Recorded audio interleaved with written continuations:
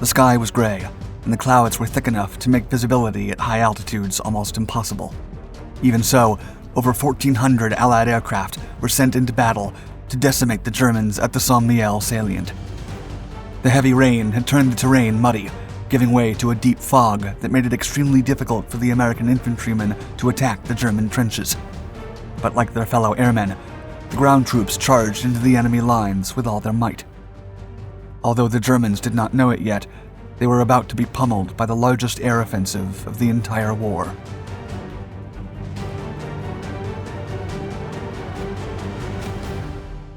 The Saint-Mihiel salient. Saint-Mihiel, or St. Michael, is a town in the Meuse region of northeastern France that was left out of the line of fortifications erected by the French in the aftermath of the Franco-Prussian War of 1870. During the swift advance of the Prussian army into French territory during the First Offensive of 1914, Saint-Mihiel fell under German control after the army failed to capture the Verdun fortifications.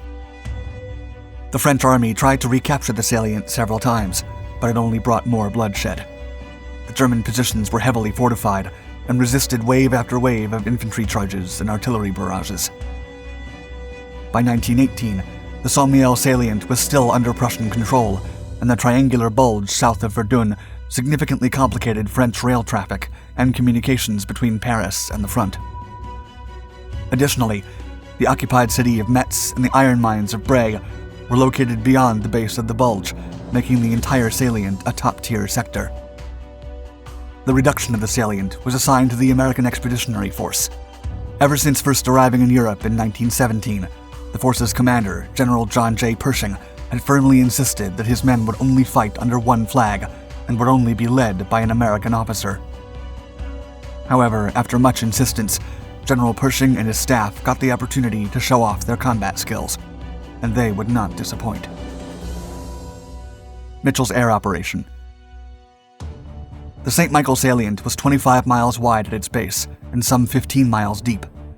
The Germans had the upper edge due to the terrain, as the western sector was on the rugged and wooded heights of the Meuse. Meanwhile, the southern portion followed the heights of the Meuse and provided the Germans with excellent observation posts over the plains. The salient projected outward from the Hindenburg Line and was heavily defended. The Americans began mobilizing 14 divisions comprising over 550,000 men in August of 1918 for the attack, while the French mobilized 4 divisions with around 100,000 soldiers. On the other hand, the German Fifth Army was over 50,000 strong and was supported by about 200 aircraft, but despite being outnumbered, the Teutons were entrenched and ready to battle. The infantry would be protected by Colonel George S. Patton's Tank Corps, while the skies would be dominated by the aircraft rallied by Colonel William L. Billy Mitchell. Pershing and Mitchell envisioned the largest American offensive of the war and the largest aircraft operation, but there was a problem. The United States Army Air Service only had 226 pursuit aircraft, 42 bombers, and 210 observation aircraft to gather intelligence.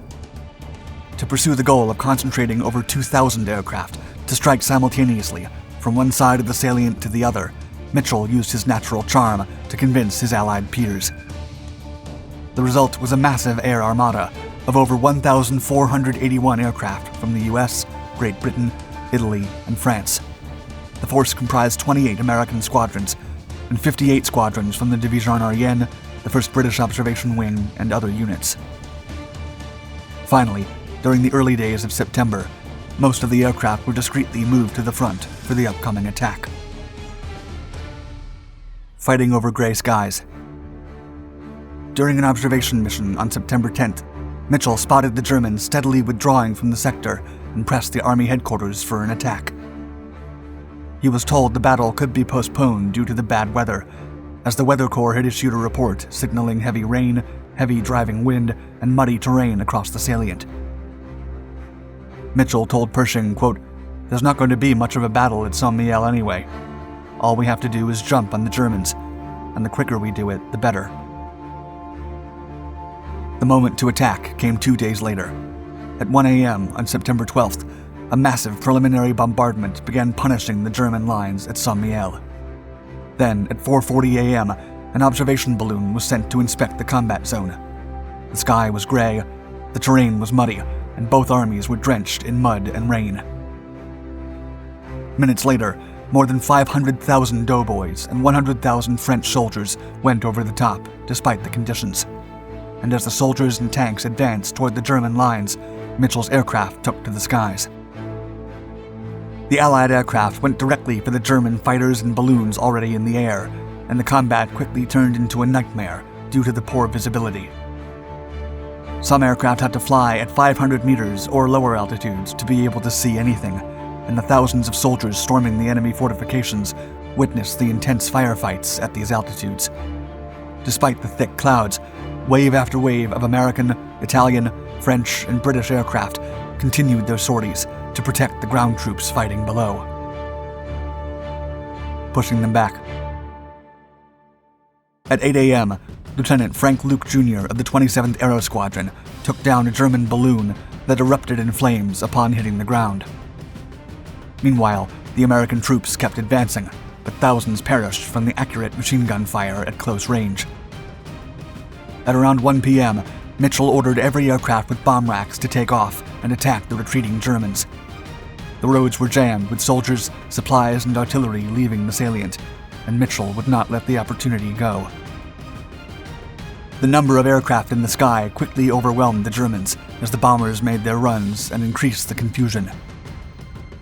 Another German formation of some 3,000 infantry was spotted advancing into Dom Vito, near the lines of the 42nd Division.